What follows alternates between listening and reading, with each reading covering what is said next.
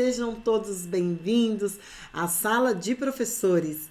Esse é um novo projeto que eu gostaria de convidá-los a participar, a se engajar, porque eu tenho certeza que vai ser muito útil, muito importante para todos vocês que querem conversar um pouco sobre experiências e investigações, né, compartilhadas aqui por professores, por pessoas muito competentes, profissionais da área de educação matemática, que amam, são apaixonados pela matemática. Então, eu estarei trazendo convidados com esse perfil para que possa contribuir aqui para o papo na sala de professores. Fiquem ligados, então. Bom, o objetivo desse papo, ele é trazer, então, algumas informações, algumas experiências sobre determinados assuntos, mas de forma que, ao finalizar o vídeo, você possa ter um material que te indique caminhos para aprofundar sobre esse determinado assunto. Então, a gente não vai aprofundar aqui, mas eu espero que esse material ele seja enriquecedor e te dê caminhos para aprofundar sobre os assuntos que serão abordados aqui. Como hoje, nós vamos conversar sobre modelagem em educação matemática. Então, para essa conversa, eu quero chamar aqui o professor Alex Honorato. Tudo bem, Alex? Opa, tudo bem, Ana Paula, e você? Muito bem. O Alex, então, ele é professor de matemática, ele é mestre em educação matemática, formado pela Unesp de Rio Claro, onde nos conhecemos, e ele hoje é doutorando em ensino de ciências e matemática na Unicamp. E o Alex tem um conhecimento amplo sobre modelagem em educação matemática e é por isso que ele está aqui, não é verdade? Bom, Alex, fala pra gente. Eu estou aqui nas minhas mãos com esse livro que todo mundo que quer saber sobre modelagem em educação matemática deve ler, não é verdade? Exatamente, tem que passar pela mão Tem que passar todo por mundo. este livro. Esse livro é muito rico. Ele foi escrito pelo Meyer, que é o Johnny, né, da Unicamp, o Caldeira, a Malheiros, da Unesp, e publicado pela editora Autêntica. Muito conhecido, muito rico, traz aí muitas discussões interessantíssimas sobre modelagem em educação matemática. Então, eu recomendo para todos vocês que gostariam de ler. Bom, fala pra gente um pouco, Alex, da perspectiva desse livro, de educação matemática que você encontra nesse livro. Fique à vontade. Legal, Ana. Esse livro realmente é bem recomendado, até porque assim, ele traz algumas atividades para elucidar como trabalhar com modelagem matemática e traz um capítulo, o capítulo 4, traz concepções que a gente encontra sobre modelagem na educação matemática. Inclusive, é o nome do livro, né? Modelagem em Educação Matemática. Os autores, né, diante das concepções, eles concebem a modelagem como um caminho para o processo de ensino e aprendizagem da matemática, ou, em outros termos, fazer matemática em sala de aula, que tenha como princípio a observação da realidade dos estudantes, bem como seu contexto sociocultural, para que, por meio de questionamento, discussão, pesquisa, os estudantes se deparem com problemas que podem modificar tanto as ações em sala de aula quanto a forma deles observar o mundo. Então, em linhas gerais, os autores vão entender a modelagem como um caminho, né? Um processo para o ensino e aprendizagem da matemática, ok? E aí o interessante é que a gente vai encontrar, o título desse livro é Modelagem em Educação Matemática. E na literatura, às vezes a gente vai encontrar termos só como modelagem, modelagem matemática, modelação, certo? Então, existe alguns termos que a gente vai se deparar ao longo aí da literatura. Inclusive, eu acho interessante você ter levantado essa questão dos termos, né? Porque quem ainda não está. é, não tem essa familiaridade com a educação matemática, às vezes fica, né, se assusta, né? Porque, na verdade, a gente. O conhecimento mais genérico que a gente tem de modelagem matemática para todos, né? É aquele de que você estuda, então, um determinado fenômeno a partir de um modelo e matemático, e quanto melhor esse modelo for, a gente vai ter compreensões mais próximas à realidade desse determinado fenômeno, né? E aí, qual é o cuidado, né, que o autor ele toma e o leitor deve tomar, então, para não ter confusões aí em relação a esses termos, Alex?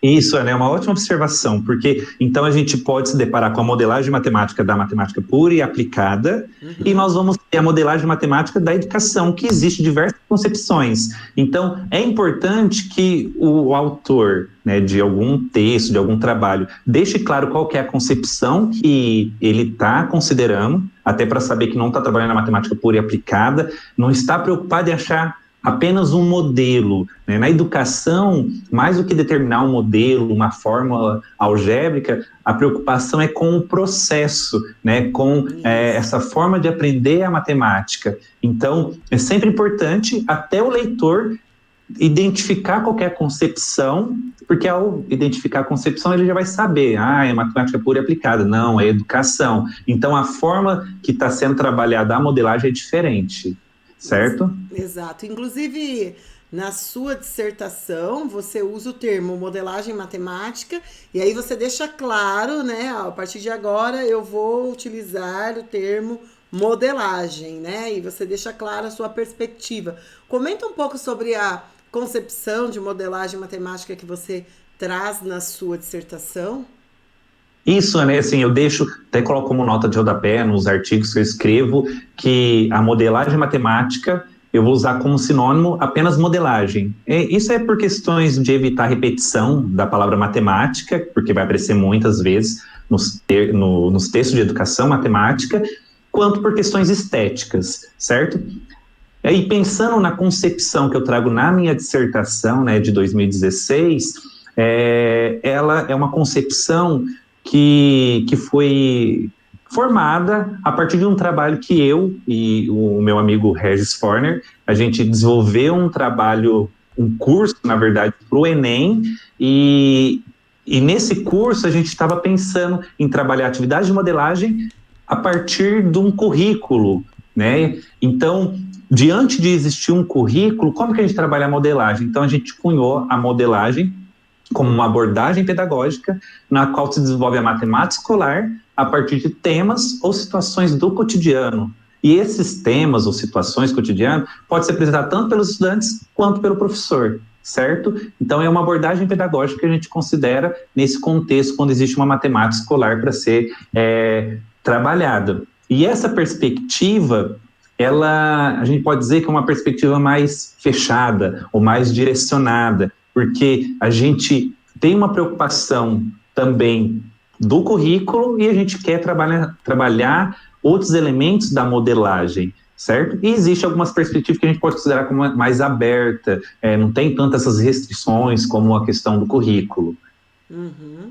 E, inclusive, quando a gente fala, né, da modelagem, essas perspectivas um pouco mais abertas, né, um pouco mais fechada, eu me lembro do artigo que é bem conhecido do Jonei Barbosa, né? É um artigo que, inclusive, eu tenho aqui.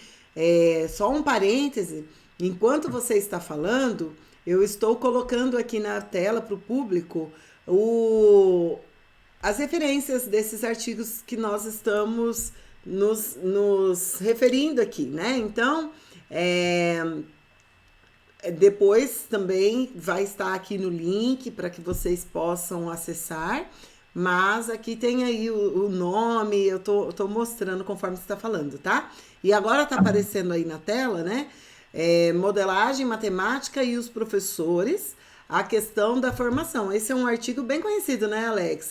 Eu li Isso. algumas vezes esse artigo, estudei algumas vezes esse artigo, para entender esses diferentes casos, né? É um artigo publicado no Bolema, uma ótima revista de referência na área de educação matemática, e ele traz, né, 3 tipos de caso, que a gente consegue ver essa diferença de uma modelagem mais aberta, uma modelagem mais fechada, uma, vamos dizer, mediana, né? Podemos dizer assim. Enfim, fala um pouco desses 3 casos para a gente, Alex, por favor. Ótimo, Ana. Então, é justamente o que você disse. O Jonei, na tese dele de doutorado, ele, ao fazer uma revisão da literatura, ele encontrou diversas maneiras de organizar a modelagem e aí ele olhou assim, quais eram as ações do professor em determinada atividade e quais eram as ações dos alunos nessas atividades. Então, ele colocou caso 1, caso 2 e caso 3 a partir desses trabalhos da literatura. Então, o caso 1 foi daqueles trabalhos em que ele viu que a atividade de modelagem estava mais concentrada na mão do professor. Então, o professor, ele elaborava a situação, o problema, e pegava já simplificações, dados quantitativos e qualitativos, apresentava aos alunos e os alunos iam resolver esse problema, certo? Então, assim, a parte dos alunos era mais a resolução. O caso 2, ou como você colocou essa parte meio mediana, seria em que o professor, ele apenas elaboraria o problema e aí entregaria para os alunos e os alunos fariam todo o levantamento, fariam pesquisas, pegariam dados quantitativos, qualitativos e fariam a resolução desse problema, certo? E já o caso 3, que a gente pode falar que é mais aberto, em que o professor e o aluno vai trabalhar junto desde o início, é mais colaborativo. Então, desde a elaboração do problema, vai ser mais delineado pelo próprio aluno, certo? E o professor vai estar ali mediando. Então, a gente vê essas 3 possibilidades aí que o Jonei encontrou na literatura em 2001. Exatamente. Inclusive, pensando nessas 3 possibilidades, né? Uma que a gente vê pouca aplicação ainda na escola é desse caso mais aberto, né? Por diversas razões que daqui a pouco eu vou até pedir para que você fale um pouco sobre isso. Mas eu queria até compartilhar aqui uma experiência que eu vivi com uma atividade, um problema, né, que teve essa característica mais aberta, ao meu ver. Foi uma disciplina que eu fiz na Unicamp, no departamento de planejamento energético, era uma disciplina de fontes renováveis de energia, né? E a gente precisaria escolher um problema para que a gente estudasse toda a situação, todo esse problema, a questão do problema também é bem discutível.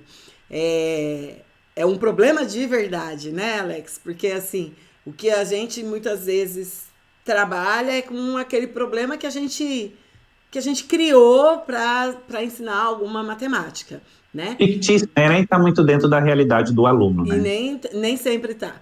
Mas é muito desafiador para nós, professores, trabalharmos com um problema aberto, né? Mas essa experiência foi legal, porque eu escolhi, então, estudar o potencial de geração de biogás a partir do resto de comida do bandejão. Então, ali no bandejão, na época eu estudava na Unicamp, no bandejão a gente percebia que sempre tinha restos de comida, né? Mas e aí, poxa, que legal seria se eu utilizasse esse resto de comida para gerar, né, energia, né, para que a gente pudesse reaproveitá-la. Então, foi muito legal esse estudo, porque ele envolveu, é claro, eu tive que considerar o biodigestor, né, que também tem um custo, tive que considerar vários fatores do contexto, e eu acho que é um pouco isso, né, o problema mais aberto. Ele vai além dos números, não é verdade? Exato, porque você primeiro partiu da realidade, como você estudante, via aquela situação, então partiu de você, você elaborou uma questão, um problema, e você foi atrás de dados quantitativos e qualitativos, e isso transcendeu apenas a matemática, né? Então, a interdisciplinaridade se fez presente nesse momento, Com que é certeza. um caso aí. Só que muitas vezes o professor ele se sente assim de mãos atadas. Ah, eu não consigo fazer, né? Eu falo como professora. Muitas vezes a gente fica, meu Deus, queria fazer uma coisa diferente, queria trabalhar com modelagem, mas é muito difícil porque existem muitos obstáculos, né, na escola, no contexto escolar, né? Obstáculos como o currículo, como obstáculos estruturais mesmo, né? E o seu trabalho com a Malheiro, inclusive vocês publicaram um artigo, né, sobre Exato. isso, Isso. ele retrata uma alternativa, vamos dizer assim, né, para se trabalhar a modelagem, considerando o currículo que ele é já meio fechado, né? Você poderia falar um pouco desse trabalho? Isso, principalmente por conta dessa questão do currículo, foi que a Paula, sendo docente na Unesp de Rio Preto e ministrando a disciplina de estágio supervisionado, assim como você ministra no Instituto Federal, ela se deparou com essa realidade em que os alunos dela iam para a escola, para a educação básica, tentavam desenvolver as atividades de modelagem e muitas vezes eles não tinham sucesso, nem era possível, porque existia um currículo do Estado de São Paulo, né? E aí aqueles famosos caderninhos tinham que ser cumpridos, as situações, problemas tinham que ser seguidas. E então, assim, diante dessa realidade, ela começou a se questionar em possibilidades em poder inserir as atividades de modelagem na escola e ainda poder aproveitar o currículo de alguma maneira, certo? Então, por conta disso, as atividades tinham que ser mais direcionadas para que o currículo pudesse ser atendido de alguma maneira. E aí, nesse momento, foi que também surge a minha dissertação, a minha pesquisa de mestrado, em colaboração com a Paula Malheiros, para que a gente pensasse em maneiras de articular tanto a modelagem com o material didático, e o contexto foi dentro do estágio supervisionado com os licenciandos, e a gente teve esse diálogo ali para poder pensar em possibilidades de fazer esse trabalho. Legal, Alex. E inclusive, como você lembrou aí, né, dos meus alunos de estágio, então, como orientadora de estágio, professora de prática docente e de laboratório de ensino, eu tenho certeza que os meus estudantes gostariam muito de saber também um pouco da sua experiência, né? Dessa experiência que você viveu. Você poderia falar para a gente um pouco da sua autoavaliação, né? Do seu processo formativo nessa experiência? Posso sim, Ana. Assim, foi interessante porque, no meu caso, foi a primeira experiência com modelagem matemática. A Ana Paula entrou na Unesp em 2012, então ainda a grade curricular de lá era diferente, não tinha modelagem, enfim. Então foi a minha primeira experiência, e aí o que eu percebi dessa experiência é sobre a importância de aprender sobre modelagem matemática, da gente ler textos, discuti-los, porque é uma parte formativa, né, a parte teórica, e também existe a parte prática, que é você aprender por meio da modelagem, fazer modelagem, né? Então, são dois aspectos que são essenciais de acontecer. Então, não só teoria e não só prática. Os dois precisam existir a dialética, né, entre eles para que o conhecimento se forme. E então são vivências que eu acho que é interessante para alunos da licenciatura, inclusive ao ver com você, utilizando esse material que você está disponibilizando, que eles também pensem no contexto dos estágios deles em aproveitar a modelagem também e nas suas futuras práticas docentes. Exatamente, muito legal, Alex. E você falando aí, né, dessas práticas que você vivenciou lá, eu lembrei que no artigo vocês citam que vocês consideram que foi uma prática criativa, uma prática como a Beatriz D'Ambrosio e a Celi falam naquele artigo muito conhecido e que tem sido bem discutido há alguns anos, né? Sobre a insubordinação criativa, né? Como um caminho.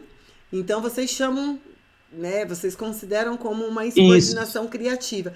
Eu eu gostaria de Entendemos o nosso destacar trabalho como isso. Ah, pode isso, falar. eu gostaria de destacar isso porque elas consideram a complexidade do contexto escolar, né? Então, a gente, como professor, como pesquisador, a gente está procurando becos, né? O tempo todo, para poder agir de forma criativa, para não deixar de fazer, mesmo com obstáculos e toda a complexidade que existe no contexto, né? Você poderia Aham. falar alguma coisa sobre, para Não, acrescentar? concordo plenamente. Eu acho que, assim, realmente nós não queremos pôr mais peso sobre os professores, mas eu acho que é sempre a gente interessante, somente em trabalhos colaborativos, de pensar com o outro, com os pares, em possibilidades de romper esses obstáculos.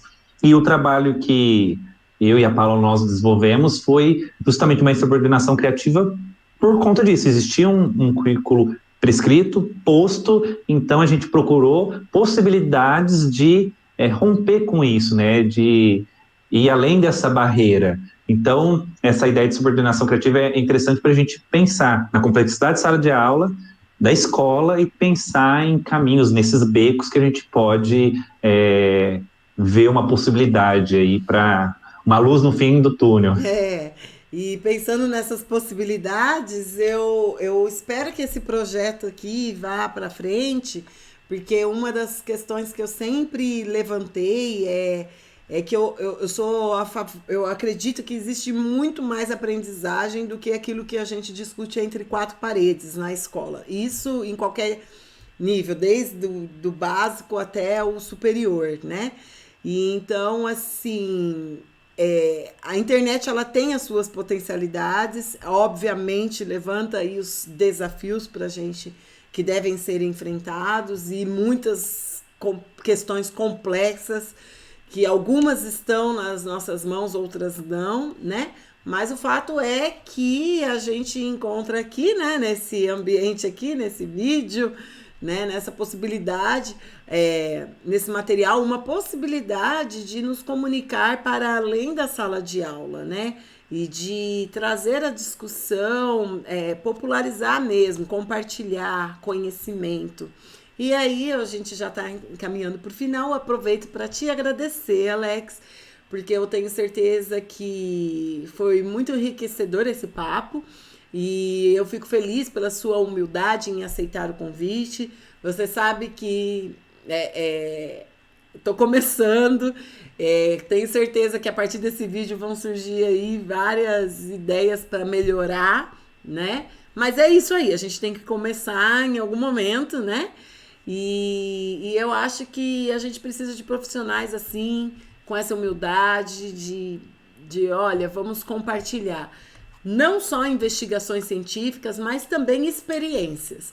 Então eu quero que esse canal seja um local para que tenhamos aí várias experiências docentes de professores que estão aí escondidos, mas que têm assim experiências riquíssimas e que podem ser compartilhadas e contribuir bastante com a comunidade de educação matemática, né? Então é isso. Você gostaria de falar alguma coisa?